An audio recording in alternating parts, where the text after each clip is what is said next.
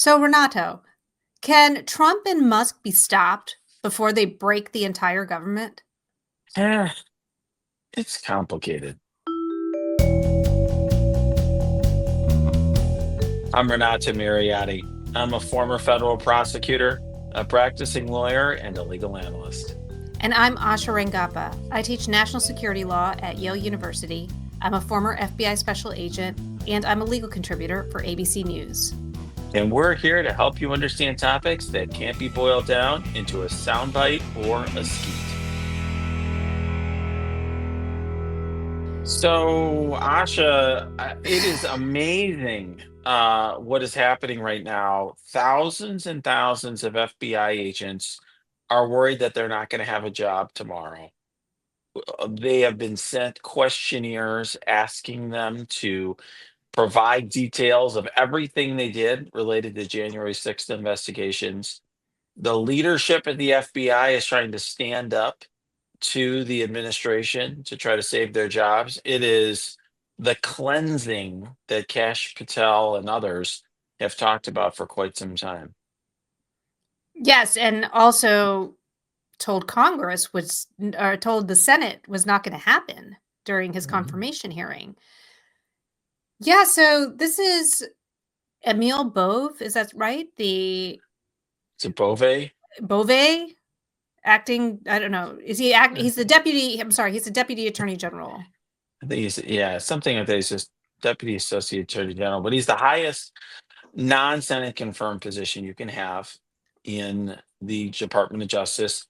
And Trump, truthed out before while the transition was still going, before he was inaugurated, that he was specifically going to appoint him to that position precisely so he could take immediate control of the Justice Department. And boy, is he taking control. Trump has also appointed an interim U.S. attorney in the District of Columbia who is investigating his own federal prosecutors and running amok there as well. And we're starting to see, I actually think, sort of an internal implosion of the DOJ and the FBI due to the actions of the Trump administration. Yeah, so Bove has he issued a directive to the acting director of the FBI, Brian Driscoll, who apparently goes by the Driz, to provide a list of every agent who had worked in any way on cases relating to January 6th. Now, let's remember that the January 6th investigation, as far as I'm aware, is the largest investigation in the history of the Justice Department. These are over 1,500 people who were charged, at least as of when Trump became president, because he pardoned them all. And we know that he's let them all free. Yeah. And in a case like that, where you had people come from across the country to this rally at the Ellipse, which ended up with this mob attack at the Capitol, even a case that is run out of uh, Washington, D.C., either at FBI headquarters, through the special counsel's office, it's going to involve leads to all 56 field offices, because the way the FBI works is when you open a case, if you need some information, so, if I'm working in New York and there is someone in San Francisco who has information related to my case, I would send a lead to the San Francisco field office and I would say, hey, this is the person that I need interviewed. Here's what I'm trying to find out. And what the San Francisco field office does is they assign that lead to an agent in that office who works in the same area, like in my case, counterintelligence. That agent goes out, does the interview, writes it up, and then that gets sent back to me as a part of my case file and I can review what happens. Now, in that kind of system, in a sprawling case like the January 6th investigation, which involves so many people, that's necessarily going to involve all 56 field offices, thousands of agents. And I think the estimate is that there are probably 6,000 agents that had something to do with January 6th, including obviously heads of field offices and heads and supervisors of squads in those field offices, assigning those leads and managing pieces of those cases. So that's 42%, by the way, of the agent workforce. And to his credit, and I think really for the first time that we've seen in the last couple of weeks, the Driz said, no, I'm not Mhm. doing that, because it was very clear that they wanted this list in order to summarily fire all these people. And there are internal rules that, lay out criteria for dismissing an agent. And it has to be based on wrongdoing. It has to be based on, you broke the law, or you evinced some, major misconduct of some kind.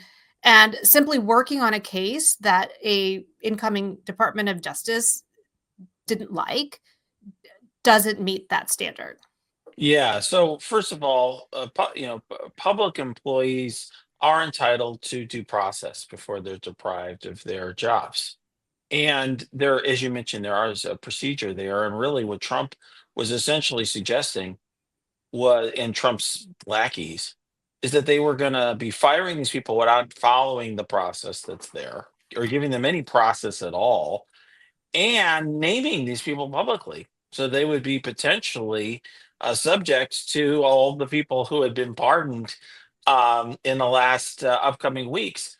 And just to be clear, I mean, it's been very heartbreaking to see because for some of these agents, some of them are weeks, months away from retirement. For some of them, this is their only employment has been throughout their career. And so they are essentially being exposed for engaging in public service and doing their job. And whatever, even if it was really, sad is the lack of courage on the right, because even no matter how much of a MAGA person you are, you have to understand that these FBI agents are just public servants who are doing their jobs. Just shameful display. And there's no evidence that these investigations were not lawfully predicated. I think, they were almost universally successfully prosecuted. I mean, if there was any kind of misconduct or, unlawfulness about them, it would have been, handled in the judicial system, I would think.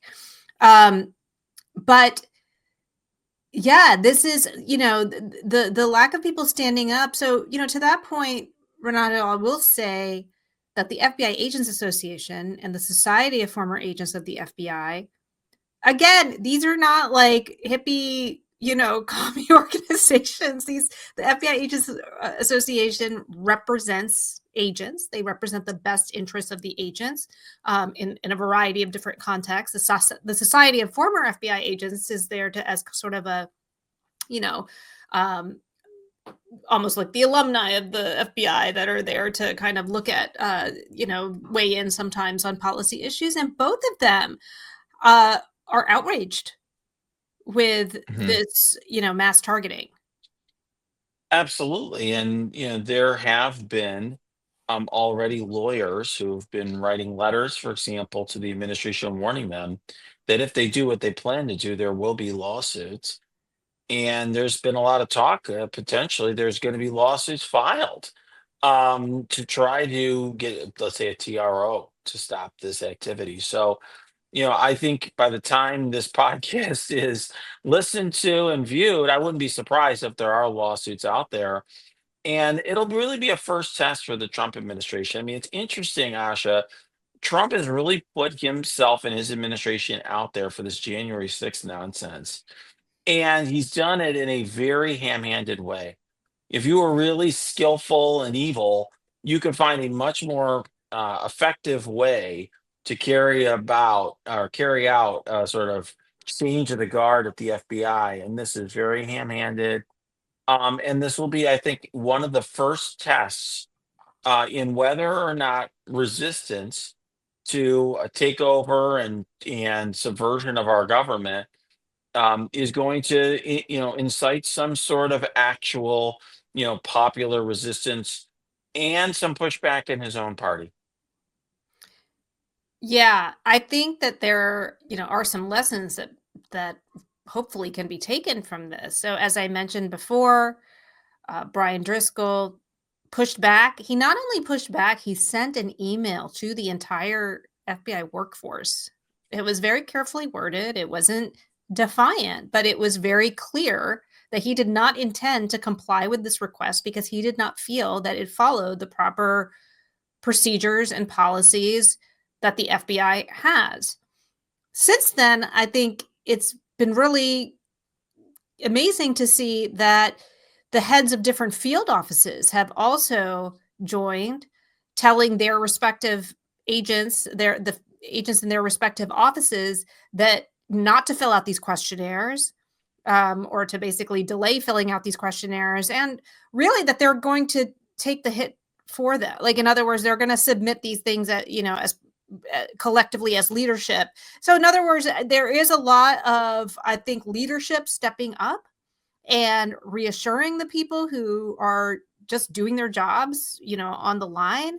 Not people aren't just being left out to dry. And I think hopefully getting reassurance. I think that, if there are legal measures coming, that means that they have representation, and that's really good.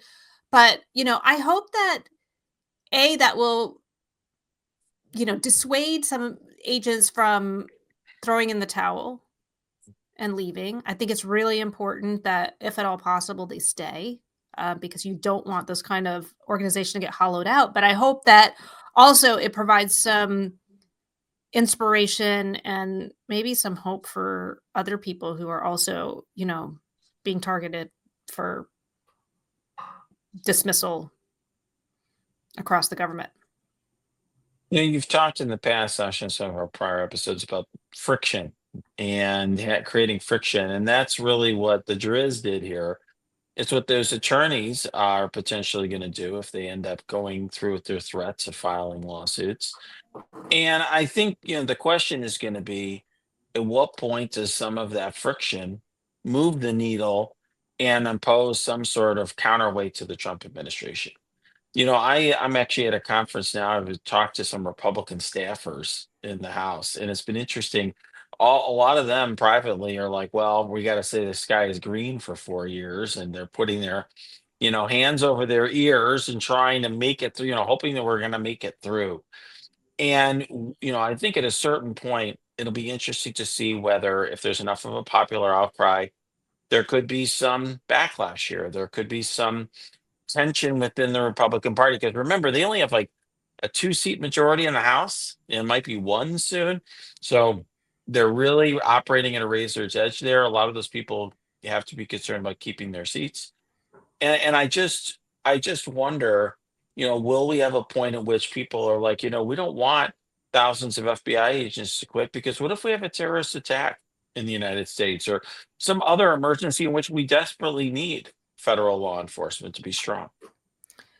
I think that's an excellent point. So 6,000 agents, as I mentioned, is 42% of the, current agent workforce.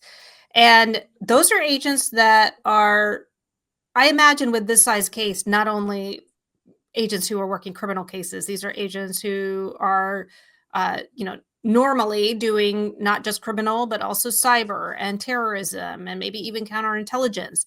So, what you're doing is, if you were to fire all those people at one time, you're leaving a huge vacuum. You're leaving like cases abandoned mid investigation. Everything from Medicare fraud to human trafficking to, cyber attacks to China and Russia, and terrorism threats. I mean, it's such a short-sighted thing, and all of the expertise, by the way, that you lose when you get rid of someone, because you do build up that expertise.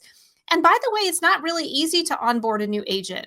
Uh, at least in the current process. I mean, it takes 12 to 18 months to get an agent, just from the point of application through all the background checks to Quantico and then to the assignment. So it would be setting the entire agency backwards. And here's my fear, Renato, is that when you create that much of a vacuum, and then if you do want to then fill it, a new director does not have to go through that onerous vetting process. that Mhm. the FBI currently has. That's internal. I mean, Kash Patel could really order whoever he wants to, he could say, like, "Hey, Oath Keepers, Proud Boys, show up. Here's your badge and gun." And there you are, and you have then completely changed the fundamental nature of the nation's law enforcement system. Yeah, that is, I think, what's at stake. I mean, I think you've done a great job, Asha, of talking about what's at stake here, right? Because ultimately, the FBI is operating with that badge and that gun and so forth, connotes with it and carries with it the force of, the ability to, act on behalf of the United States government and conduct arrests and so forth. And if it's abused or misused, suddenly what federal law enforcement is changes forever. And, it's interesting. I'd say, Trump has made a lot of promises about what he's going to accomplish. And it's really going to be hard to prosecute a lot of migrants or whatever the heck he wants to do, or people in sanctuary cities, if he fires half of the federal law enforcement, right? And so it's shooting himself in many ways in the foot. But I will say, Trump is incompetent, and that hope candidly offers some hope to our republic. I hope so. I do think, though, that it would temporarily stymie his efforts, but like I said, if he were to refill those slots very quickly with loyalists, he may very well have, kind of this paramilitary arm that he has wanted, that actually have the force of the state that he didn't have on January 6th, to do his bidding, but he will have it. And our colleague Ruth Ben-Ghiat has, she writes about how authoritarians basically hollow out institutions and transform them into extensions of the dictator. And I think that is frankly what you would see happen. Well, Trump is, for some of what he's trying to do is, operate in fits and starts, right? We see these tariffs that have suddenly gone on hiatus, or at least for now, for a short period of time. Maybe that was all for show. But I think he is demonstrating through his actions right away, both in the FBI and in parts of the Justice Department, particularly in the District of Columbia, that he's serious about hollowing out those institutions. And so, while one thing I will say is the legal fight that is going to occur is not one that can ultimately be a winning battle, in my opinion. It's going to take the public, it's going to take people who are lawmakers to step up and use that as a rallying cry. It's like the Alamo, where it was a losing battle for the Texans, but it became a symbol.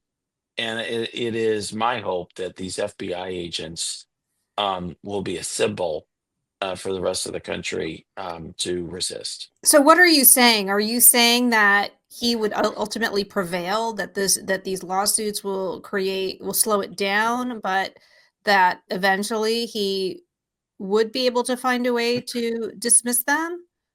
I think The really In other smart words, people. like, the real solution here is that he's gotta back down. Is that what you're suggesting?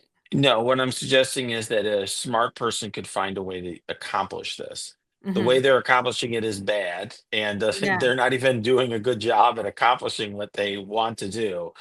And these lawsuits are going to slow that down and create a lot of problems. But in the end of the day, if Trump is dedicated to firing lots of federal employees, he can find ways to do so. And ultimately, the what this does is it creates friction, to use the Asha Rangappa term, but also it's a symbol. It is creating sort of a flashpoint for the rest of the country to wake up and see that something serious is happening here and that they need to step up and take action. Yeah, and I think as you're saying that, I can totally see what you mean because, the FBI is a very rigid organization. It's got a lot of rules and, it's I think agents dot their I's and cross their T's. But if you were to try to go after people, you could very easily probably find small infractions that run afoul of, the internal rules and regulations, and that, could send them down the path of having some cause to dismiss them. In other words, I think what you're trying to say is you could find a way to do it if you were really dedicated to identifying all these people and going after them. I still think even in that kind of process, it would take a long time, but I see your point. Yeah, and I mean there are other ways that you can effectively accomplish the same thing. But the bottom, I don't want to give anyone any ideas, but Yeah, the point being is that ultimately, what has been happening right now is the Republicans, as I said, are hoping that they can sort of placate Trump and kind of mitigate any damage he causes, and the Democrats are in disarray. They're disagreeing with each other. They're not unified, and they've just been defeated. And so no one is here to stand up against Trump. And really, we need something to yeah, crystallize opposition. And so that's what I think the value of a lawsuit is. That's what I think the value of FBI agents who will be speaking up. I mean, right yeah, now they're not, with good reason. But if they're all fired en masse, I'm sure they will. yeah. Well, let's keep the attention on it. I think for all of these things, the challenges are so much happening at once. And I think we've gotten so used to the spectacle that Trump brings with him, and it's just always something, and there's crazy stuff happening, and he's, threatening to invade countries or whatever. It's really hard for the public, I think, to keep their eyes on what's important. And so this is definitely one of them. And people should be paying attention. And I think the lawsuits will help. And by the way, that is the reason for you to pay attention. A lot of people want to put their hands over their ears and their eyes at this point, and just not look at this this car crash, so to speak, or train derailment. But Trump is doing a lot of crazy things in part to distract us from what he is doing behind the scenes. And this is the sort of thing that is massive and could change an important American institution forever. And so this is something that's worth paying attention to. So, Asha, considering other things that we need to be paying attention to, there's something happening at the Treasury that I know you in particular are very focused on. Yeah, I've kind of been obsessed with this since last week because it is so bonkers. Like it has just been crazy to me what is happening. So basically, Musk and 4 very young kids, I mean, they're like 19 to 23. They're like, interns or people that work with him at one of his other companies, have basically taken over the Treasury Department. I can't remember exactly what day this happened last week, but they approached the acting secretary of the Treasury, David LeBrick, and demanded to have access to the sensitive payments system of the US Treasury. Now, the sensitive payments system is basically the part of the Treasury that pays all of the government's bills. It's constantly doing outflows. It is apparently a very close hold system, with where only few people have access to kind of the tech, the mechanics, the operational parts of how it all works, because it is imperative that that whole system operate in a completely nonpartisan manner, because we have to pay our bills. We have to pay people. We have to send out social security checks. We have to send out tax refunds, all of this stuff. Well, for refusing to give them access, he was placed on administrative leave. And by the end of the week, Musk and his minions got access. And then over the weekend, it was very unclear exactly what they were doing. Because, by the way, the system also gives access to people's personal information. In other words, if you're getting Social Security benefits, all of your information is in that system because it's got to match up, who it's sending this stuff to. And I just want to, there's this, it's the specific department of the Treasury. It's called the Bureau of the Fiscal Service. And so I was doing some research, talking to some people over the weekend who have worked at Treasury, trying to understand, what possible legitimate reason could there be to be here? Because we know what Musk's claim is that he says that he is just slashing expenses, right? He's cutting fraud. Well, what these people tell me is, this is not the place that you would be doing that. The Bureau of the Fiscal Service is basically the accounts payable department of the Treasury Department. In other words, this department doesn't decide whether you get the Social Security check or whether you get your tax refund. The IRS will determine whether you get a tax refund, and then they will send a request to this Department of the Treasury to send the payment. Similar to Health and Human Services, similar to, Department of Defense when they have to pay a vendor. They contract with the vendor and then they will send, the invoice or the payment request to this department. What this means is if you are trying to actually find expenses to slash, then what you would be doing is going to the individual agencies and looking at the requests that they're generating and saying, okay, you can't be requesting these anymore. Like, this is wasteful or whatever. You wouldn't be going to the back end, the payments piece, and trying to do something there. And specifically, what it sounds like he's trying to do is basically get a hold of the payment system in order to stop these payments. So to put like a stop payment on the stuff. And from what I understand, if he were to do that, this could be catastrophic to our economy.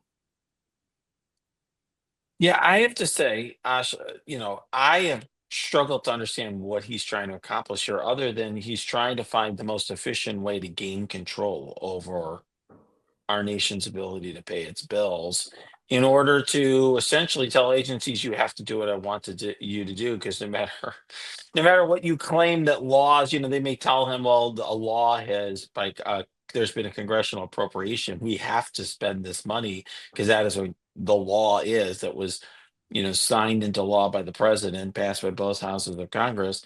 This is his way of saying, like, well, screw you, I have control of our purse essentially, and I will stop that from occurring. This to me, I mean, I will just say, Asha, this was the first time when I saw that I was genuinely concerned that Trump and Musk, essentially, and I'd say them together because I really think Musk is empowered by Trump. Trump could just, you know, cut him loose at any point, but they could potentially break our country, break Mhm. our economy, break our government, and that's really serious. That's the sort of thing that all of the rich people who back the Republican Party would not like if that happened. Yeah, and I think that is the kind of control that he has if he indeed has gotten operational control of this payment system. So it sounds like what they have been putting out is that he only has read only access. But apparently the only reason to have read only access is to be able to look at the code. Like basically look at the payment system's code. And the only reason that you want to look at the code is if you have some intention of changing it. Bookmark that for a second.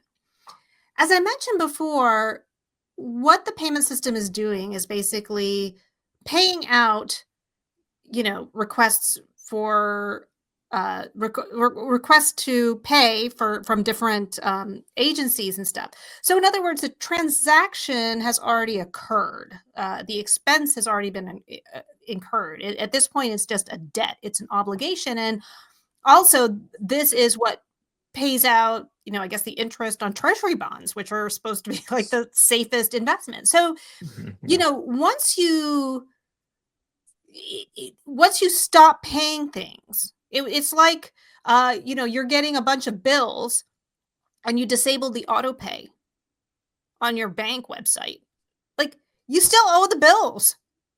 Okay, the fact that your bank isn't paying them doesn't make them go away, and this could, I think, depending on the kinds of things that aren't paid, could really send, from what I understand, you know, it could completely crash the economy, apparently, which is really troubling. So then the question is, like, what what is the end game here?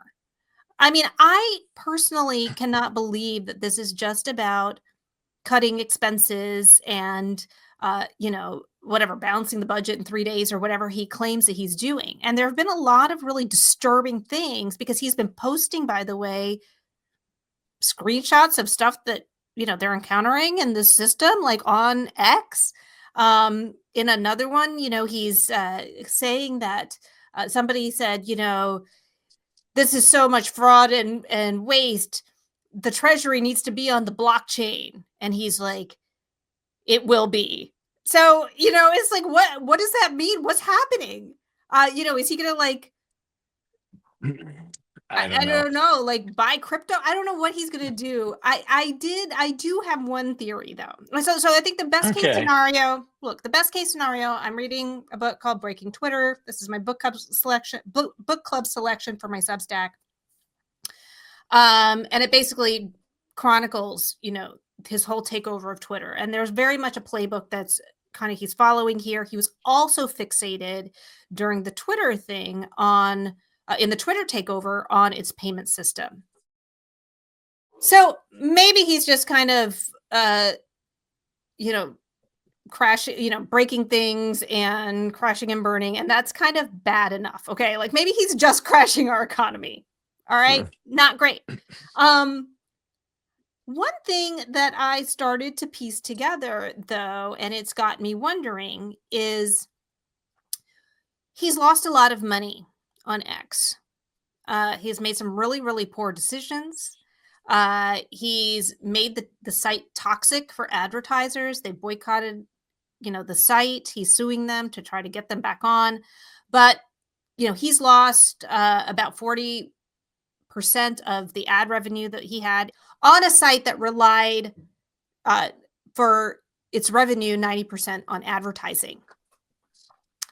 One thing that he has, since taking over Twitter, he has shaped into a business model is one you probably already know. You'll remember the whole subscription service that was really failed, like trying to do the Twitter Blue that he tried to force everybody to get, and that was a big fail. But his other thing that he has had on his mind is making X into an everything app.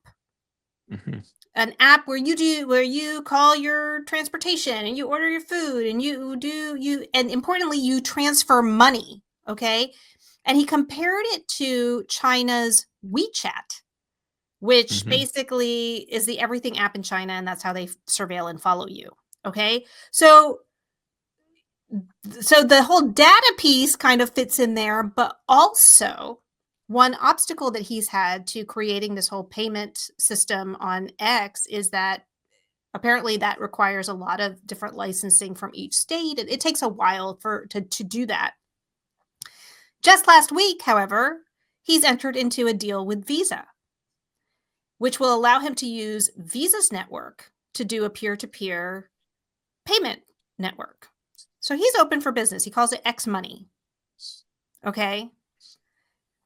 And this is just my speculation. I just feel like he's got designs I on don't our know. payment system. It seems, yeah, I don't know what to make of it. It's like the underpants gnomes from South Park, where it's like they steal the Oh, yeah. underpants and there's a What bunch is of it? question Step 1? marks. Yeah, yeah, yeah. Step 1, Steal underpants. step Step 2, two, question mark, there's question mark. question mark.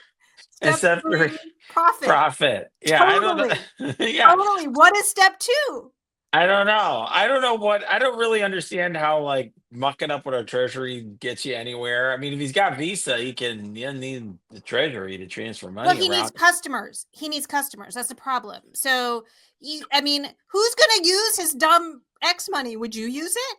No, but I wouldn't No. use it. But But I what if that was the only way you were going to get your tax refund? Or what if that okay. was the only way your mom was going to get her social security check?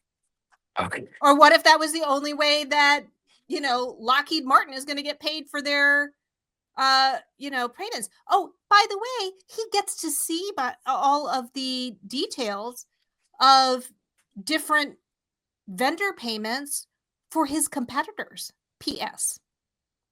I'll just add that in there because that's, I don't know, conflict of interest. I know we don't care about that anymore, but it's just so problematic on so many different levels.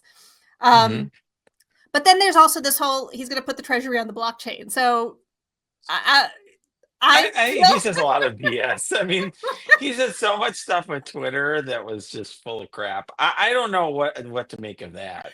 I think though, I guess my concerns when I think about it, one is that he just may around and like screw things up. And as you rightfully point out, that could just destroy the United States economy. I mean, a big part of why the United States is so central to the world's economy is that we know how to do stuff, and you can rely on the United States government to do things and like to pay interest on T-bills and so forth.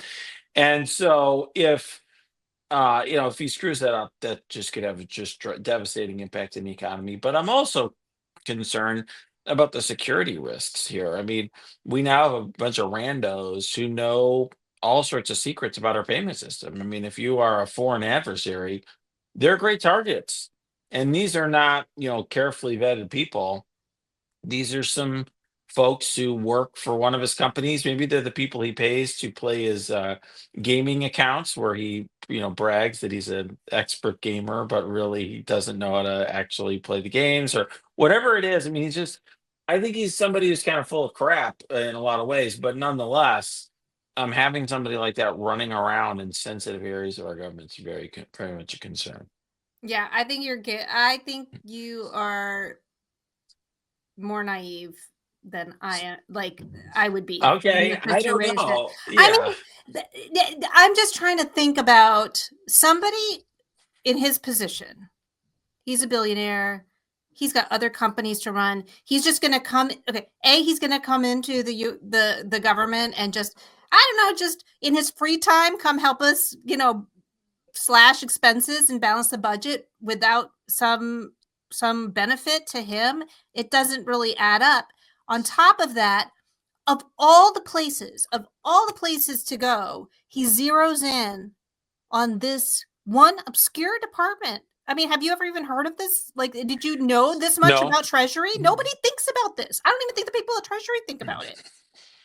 I talked to some very senior people at Treasury. They were like, yeah, like, this is what I know about what's going on there, but I don't really think about it that much because it just happens. That is one of those mission critical offices that has to do what it does, and nobody ever thinks, like, it's not ever on the chopping block. It's not like really something that people are debating because it has to happen. And yet he zeroed in on it, and they made a beeline for that place.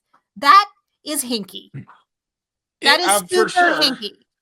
That It is not is. just Musk being crazy Musk, just running around.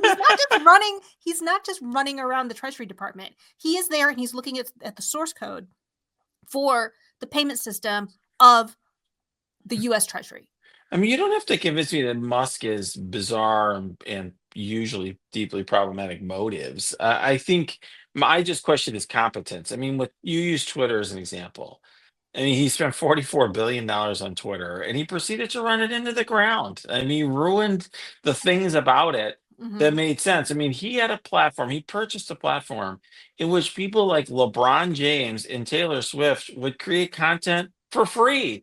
Like, do you know how much money it would ordinarily cost to get like Taylor Swift or LeBron James to like contribute to your publication? So he essentially had this golden egg, so to speak, there. Goose was laying golden eggs, and he proceeded to ruin it. for not so good reasons, and he had all sorts of silly ideas. So, I mean, I understand he has an idea in his head of creating some super app. Maybe he has an idea he's gonna remake the government. I I think there's a chance he's just gonna screw everything up and Trump's gonna cut him loose.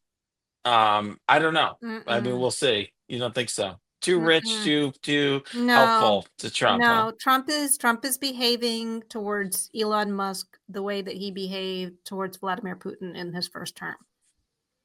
He's afraid. He's afraid of Musk. I don't know what leverage I don't understand really what is happening there, but I mean, you can just hear it in the things that he's parroting, which I don't think he has any idea what he's saying. He's talking about things like we just need to privatize everything.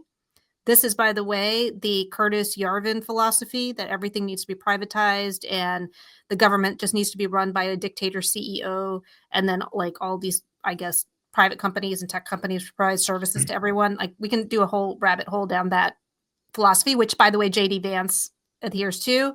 In another thing, but like Trump is saying this stuff. Trump is now talking about, withholding aid from South Africa. Like, since when does Trump think about South Africa? He does not. So Musk is in his ear. He's afraid of Musk, or he's not going to stop Musk. He's not going to cut him loose. I know people have been talking about that. And Musk has some idea, and it is not something that is, in my opinion, in the best interests of the United States, or the people that the government serves. You don't have to convince me that Musk is not acting in the public interest. And you're right that Trump's beholden to him, not just for $250 million that he contributed, but also essentially gerrymandering or jimmying up this X platform to spread propaganda for Trump. But it'll be interesting to see what happens when he really Musk screws things up. I mean, I think one thing is I have a higher belief in the incompetence of both of these people. So I think that if many ways, to me, Trump is more like Mussolini. Okay, if you're looking at, problematic leaders of the past, somebody who got himself involved in a lot of wars he couldn't win, somebody who is sort of was, ended up losing control of his own country to his own countrymen. So I don't know. We'll see what happens, but I just, I really, from what everything I'm seeing from Elon Musk has been a lot of incompetence, and I guess it remains to be seen if there's something effective that's gonna really undo our government. If he is the efficient creator of our undoing, then we're in a lot of trouble. Well, just to get back to the legal piece here, there is a lawsuit that's been filed by Crew against the Secretary of the Treasury, the Department of the Treasury, and the Bureau of Fiscal Services, which you now know exists and what it does. Basically, alleging or asking for an injunction because of the ongoing privacy violations that are happening for everybody's data. So we'll see what happens. I think there is, as I'm sure we'll be coming back to this topic because I think one of the hard things here is this is so extraordinary what's happening, that it's not really clear how you stop it because it's not really clear in what capacity Musk is actually operating. From what I Hmm. understand, he was made into a special government employee today. I don't know what he was before Hmm. that. So I guess before that he was just rando A private dude, citizen, like, some dude. like looking at the code of the U.S. Treasury payment system. Um, I think that that's going to be the challenge here. Even talking with people like Ruth Ben Giat, she's like, I don't even know what to call this because this is like a whole X factor, if you will, in kind of the traditional autocratic playbook. He's sort of come out of nowhere, and become, in many ways, the de facto president, kind of wielding the power with Trump as sort of this, figurehead, power, relatively kind of, just kind of talking and kind of rallying the base, but it does not seem to me that he is the one really in charge. Well, I'm eager to read, and everyone should check out Asha's Substack because I know you wrote a post essentially laying out this argument. So I'm going to check that out. And I guess it remains to be seen in the weeks ahead exactly who the real authoritarian is. Yeah, I mean, there's a part of me that really wants to say I told you so, but I'm really hoping I don't have to because it would be bad. So, Asha, before we go, this is a really exciting time for sports, and we just had the most shocking NBA trade of all time.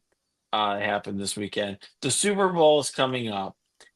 Are you paying attention to any of this? No. What was the NBA trade?